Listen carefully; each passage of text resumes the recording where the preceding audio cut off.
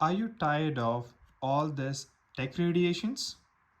Do you know that plants can actually absorb radiations from your electronics? Yes, it's true. These four plants are easy to care and can reduce your exposure to harmful EMF, that is electric and magnetic field. Number 1, spider plant.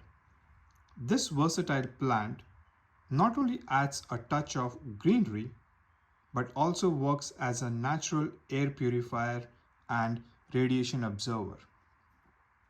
Number 2, aloe vera. More than just a skincare wonder, aloe vera can also help neutralize harmful emission from your gadgets.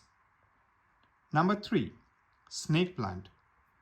With its sleek sword-like leaves, this plant is stylish and effective way to observe radiations.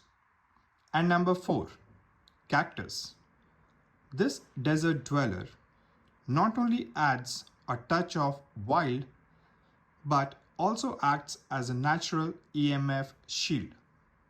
So, why not to add a touch of green to your home and protect yourself and your family from harmful radiation at the same time? Thank you.